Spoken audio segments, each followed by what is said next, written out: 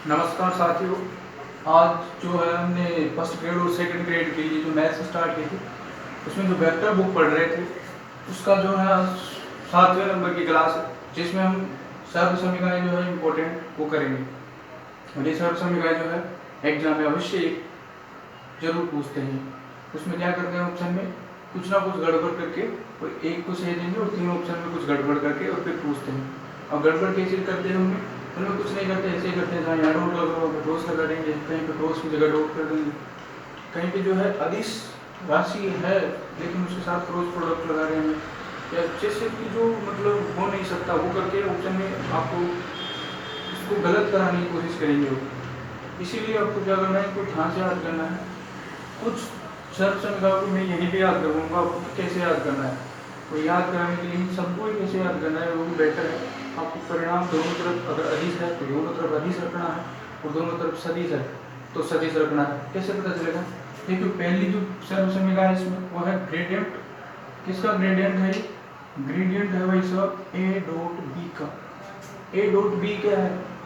Dot product है तो अदिश आएगा फाइनल, ये अदिश है, अदिश हो, लेकिन ग्रेडियंट के साथ जाकर के एक सदिश होगा, यानी कि फाइनल इधर कौन सा प्रोडक्ट हो गया, यहाँ पे अदिश सदिश, यानी कि ये जो है पार्ट इधर वाला जो है सदिश है तो इधर वाला भी सदिश होना चाहिए।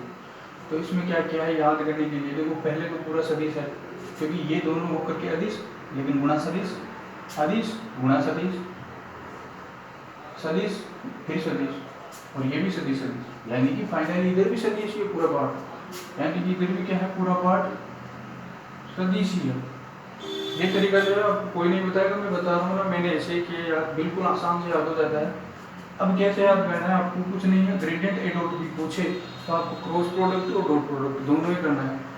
पहले तो आपको डॉट प्रोडक्ट कर लेना है किसके साथ, कर्ल, जैसे कि ये डाइवर्जेंस है डॉट, तो इसमें क्या करना है कि ए डॉट डेल करना है, डेल डॉट ए नहीं करना है। क्रॉस में तो वैसे ही रहेगा, लेकिन यहाँ पे याद रखना कि ये है ऐसे, यहाँ पे आपको वहाँ पे जो है ऑप्शन में जो है उल्टा दे सकता है, इसलिए इसको याद रखना है। तो ये हो जाएगा कि A dot del B, B dot del A, और फिर क्रॉस प्रोडक्ट। अब यहाँ पे क्रॉस प्रोडक्ट में भी आपको वहाँ पे गलत करवा सकता है। कैसे? देखो पहले ए वेक्टर है तो ए वेक्टर को ही इधर रखा है, देखो ये वेक्टर पहले है, फिर है बी वेक्टर। दूसरी दफा में जब बी वेक्टर को लिया है तो पहले लिया है, यानी कि जो ये डेल ये कर्ल जो निकाल रहे हैं कर्ल वो बाद में है, सेकंड पार्ट में कर्ल। तो इसको कैसे याद हो जाएगा, या आराम से ऐसे याद रखना है। दूसरी चीज़ ये जरूर ध्यान रखना है कि इधर सदिश है तो उधर सदिश है, क्योंकि इस बार की जो सेकंड ग्रेड पेपर हुआ है उसमें यहाँ से एक पर्सन है, उसमें यही देखना था कि दोनों तरफ जो है इक्वल है क्या राशियाँ, उसी के आधार पर आपको आराम से उस क्वेश्चन को कर सकते थे। बहुत बच्चों को वो गलत हुआ है, तो उस चीज़ को भी ध्यान रखना है। दूसरा पूछा है आपको यहाँ पे, देखो ए क्रॉस बी का कर्ल, हम जानते हैं ए क्रॉस बी सदिश होता है, कर्ल जो है सदिश ही रहता है, तो फाइनली इधर क्या रहेगा, ये सदिश रहेगा। अगर ये सदिश है तो इधर भी सदिश होना चाहिए ना जी हाँ। तो सदिश ये देखिए बी डॉट डेल अदिश होगा, लेकिन ये सदिश हो गया, फिर ये अदिश लेकिन ये सदिश हो गया, यहाँ पे भी देखिए ये अदिश ये सदिश हो गया, ये अदिश सदिश हो गया।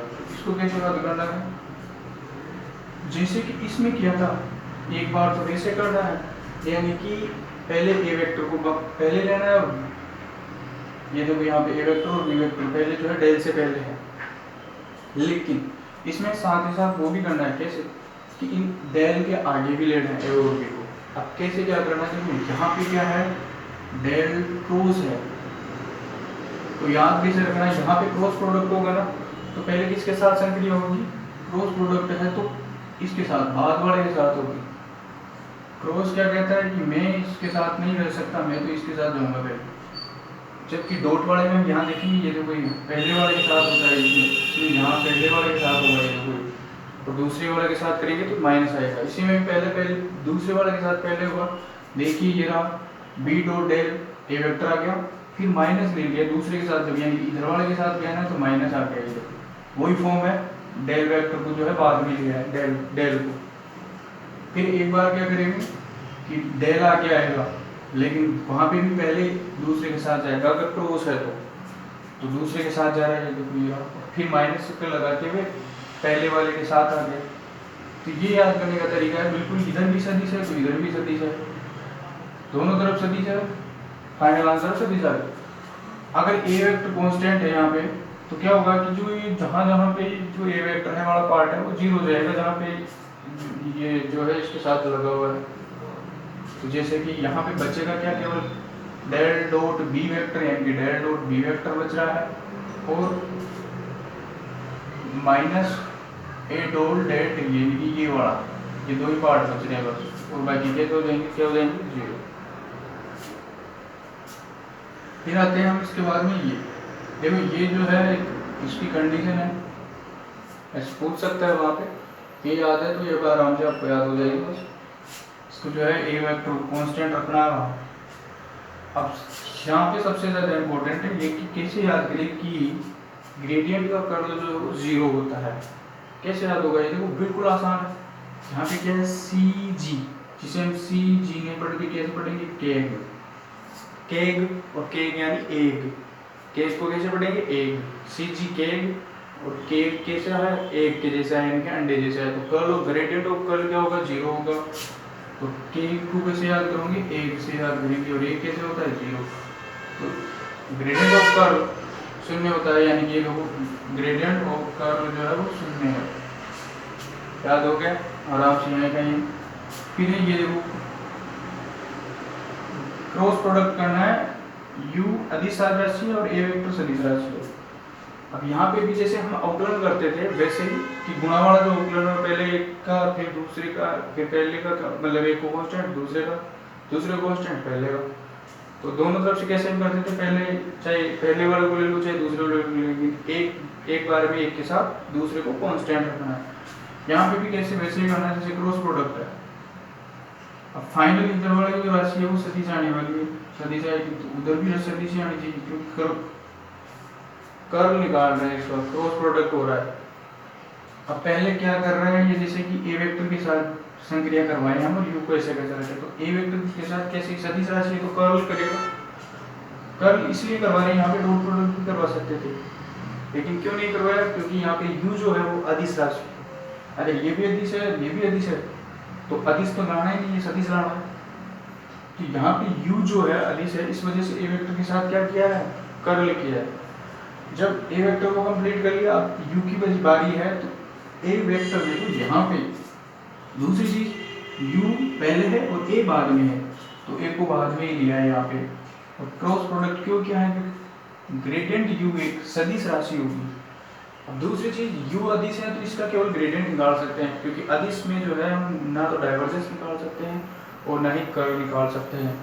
इसलिए यहाँ पे क्या करेंगे, पहले इसका ग्रेडियंट करेंगे, ग्रेडियंट करने के बाद ही सदिश आता है, तो हमें लाना फाइनल सदिश। तो एक क्रॉस वेक्टर करेंगे इसके साथ, क्योंकि ये दोनों ये सदिश होकर क्या हो जाएगा, सदिश हो जाएगा। तो इस वजह से हम क्या कर सकते हैं इसको, कि ये भी सदिश है। ये याद करना बिल्कुल आसान है, ऐसे ही हो गया यार। डाइवर्जेंस निकालेंगे, अगर इसी पार्ट इसी वाले का देखते हैं तो देखो पहले क्या करेंगे हम, जैसे कि u के साथ कर लिया या फिर एक वेक्टर के साथ करो, कोई बात नहीं, उसमें कोई दिक्कत नहीं है, लेकिन क्या करना है, फाइनल क्या लाना है, अदिश, अदिश लाएंगे, क्योंकि डॉट प्रोडक्ट हो रहा है यहाँ पे, फाइनल अदिश लाना है। तो देखो u अदिश राशि है तो उसके साथ तो ग्रेडियंट ही होगा, तो ग्रेडियंट हो गया। लेकिन हमने इसने क्या कहा कि अदिश आना चाहिए फाइनल रिजल्ट, तो ए वेक्टर का क्या करा दिया, डॉट, गुणा वाला जो है अवकलन वाले में फिर प्लस लेते हैं तो प्लस आ गया।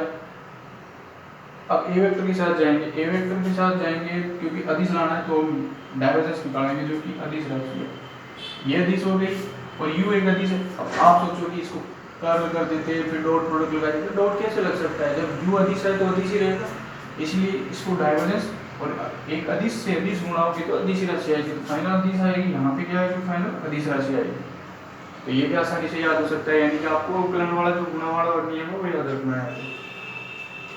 फिर ये कैसे याद होगा, डाइवर्जेंस, ग्रेडियंट फाई का डाइवर्जेंस क्या होगा, देखो फाई अदिश राशि होगी क्योंकि ग्रेडियंट का हम ले रहे हैं, फिर जो है वो सदिश आएगा, वो फाइनल जो डाइवर्जेंस है वापस सदिश।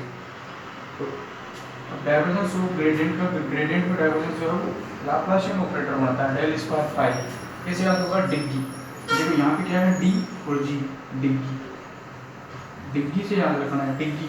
मोटरसाइकिल में जो बाइक आती है मोटरसाइकिल, उसकी डिग्गी जानते होंगे आप, ऑपरेटर की तरह है, मान लीजिए वापस ऑपरेटर आ रहा है स्क्वायर, उसके ऊपर कोई व्यक्ति बैठ गया तो स्क्वायर की तरह कार्य कर रहा है, तो याद करने का तरीका है, तो डिग्गी का क्या हो गया डेल स्क्वायर पाई। फिर है ये वाला पार्ट जो कि ये जो था ये वाला, यहाँ से जो हमने देखा था यही पार्ट है, यहाँ पे सेम टू सेम है, बस ए वेक्टर की जगह डेल पर उतार गया, कुछ नहीं करना है, ये याद है तो ये भी हो जाएगा अपने आप, तो ये ऐसे हो जाएगा। फिर एक और चीज़ है यहाँ पे इम्पोर्टेंट, देखो ये तीन चीज़ें, ये और कर्व के वाला एक, ये ज़्यादा जरूरी है, जिसमें दो का तो जीरो हो रहा है, एक तो केक यानी एक अंडा वाला जीरो हो रहा है, और एक ये डी सी, देखो यहाँ पे क्या है डी सी, ठीक है, पहले शब्दों से ही आपको याद करना है, क्या था सी जी केक से आप लेके यहाँ डिग्गी से हमने मोटरसाइकिल वाले बाइक पे ऊपर व्यक्ति बैठ गया जिसका की तरह कार्य कर रहा है उसको याद कर लिया, और यहाँ कर रहा है डीसी, डीसी से कैसे याद करेंगे हम, डीसी यानी दिल्ली कैपिटल, आईपीएल देखते हैं सब, डीसी आईपीएल देखते हैं, उसमें क्या हुआ है अभी तक दिल्ली कैपिटल में जो है कोई भी ट्रॉफी नहीं उठाई, इनकी 0 ट्रॉफी उनकी बात, तो ऐसे याद कर सकते हैं हम डीसी। या एक और तरीका ये है कि 12वीं में जब हम सदिश पढ़ेंगे, वेक्टर पढ़ेंगे 12वीं की, तो उसमें क्या है कि ये जो यहाँ पे डॉट और क्रॉस है, इनमें अगर एक पार्ट कोई सा भी बाहर वाले के समान है, यानी ये या तो ये हो जाए या तो ये बराबर हो जाए, तो जीरो होता था उसका, तो वैसे भी याद रह जाएगा, या फिर डीसी से याद रख लेना। और ये एक इम्पोर्टेंट है, इसे याद करना, आपको क्वेश्चन पूछ सकते हैं डायरेक्ट कि ए वेक्टर का 4 बार कर्व निकालेंगे तो उसका जो मान होगा वो होगा डेल की घात 4 ए वेक्टर, यानी कि इसके बराबर हो सकता है। तो आपको जो मैंने बताया वैसे तरीके से याद करना है, उसका जो है ट्रिक लगाना है, और दूसरी चीज़ कि दोनों तरफ जो है राशियाँ बराबर होनी चाहिए, अगर एक तरफ सदिश है तो दूसरी तरफ भी सदिश ही करनी चाहिए, ऑप्शन को ऐसे देखना है, एलिमिनेशन मेथड लगाओगे तो बहुत फायदा रहेगा। तो इन जो सर्वसमीकरणों पर आधारित है कुछ क्वेश्चन है जो कि मतलब इन पे ज़्यादा इंपॉर्टेंट है, तो जीरो वालों पे ना इन पे इसलिए इंपॉर्टेंट है क्योंकि वहाँ पे बड़ा सारा फलन दे देंगे आपको और पूछेंगे कि what is the value of के, यू का मान बहुत बड़ा दे देंगे, ताकि बच्चा करे तो चीज उसको जो है ये वाले समय का याद नहीं है तो वो निकालेगा, उसको बहुत टाइम लगेगा, तो अगर आपको ये याद है तो डायरेक्ट आपका कहोगे 0 हो जाएगा। तो इन पर आधारित जो है क्वेश्चन भी है, उनको भी हम करते हैं और समझते हैं कि कैसे इनका अप्लाई करना है।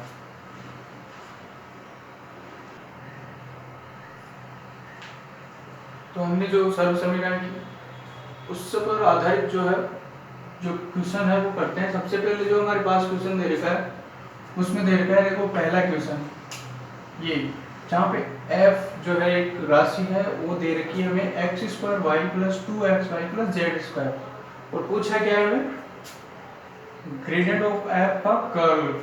अब कैसे सॉल्यूशन फर्स्ट कैसे करते हैं, देखो यहाँ पे हमें पूछा है कर्ल किसका, कर्ल ग्रेडियंट का कर्ल ऑफ f।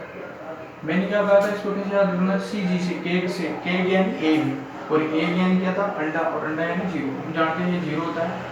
तो अब f पे कोई सा भी वैल्यू हो, f यहाँ पे कुछ भी हो, f बराबर कुछ भी हो क्या होगा इसका मान 0 होगा, इसका कर्ल ऑफ ग्रेडियंट, तो ये मान जो है वो 0 होगा, तो यहाँ पे भी जो है इसका मान क्या हो जाएगा 0 हो जाएगा। आराम से समझ में आ गया।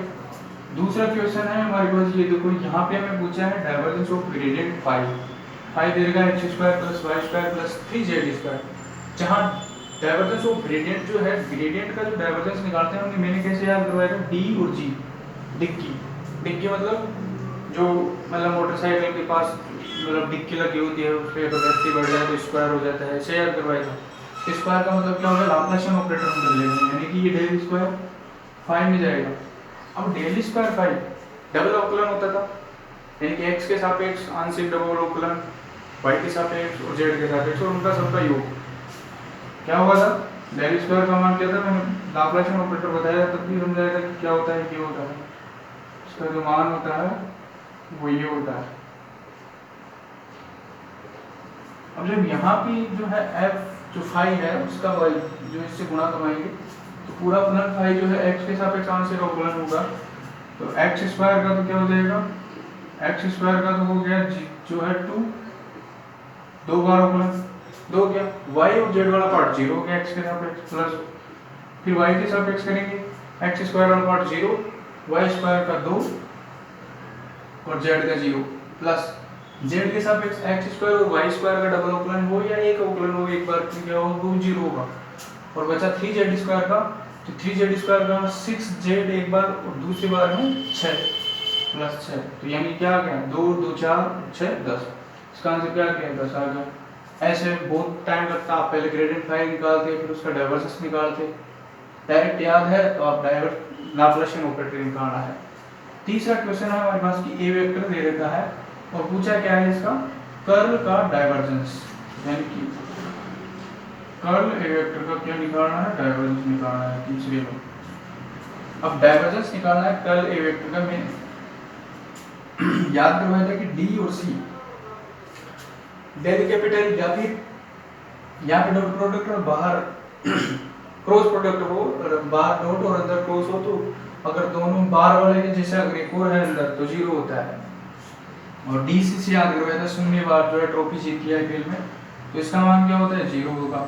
तो यहाँ पे भी ए वेक्टर कोई सा भी हो, कुछ भी हो, यहाँ पे भी ए वेक्टर क्या हो, कुछ भी हो, divergence of curl A vector का मान क्या रहेगा, 0 रहेगा। तो इस प्रकार से आधारित जो है क्वेश्चन भी हम आराम से कर सकते हैं इन पर आधारित।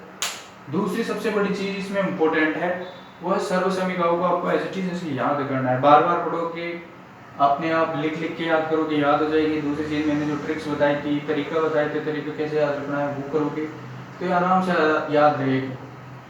तो आज के लिए जो है हम क्लास को जो है यही समाप्त करते हैं।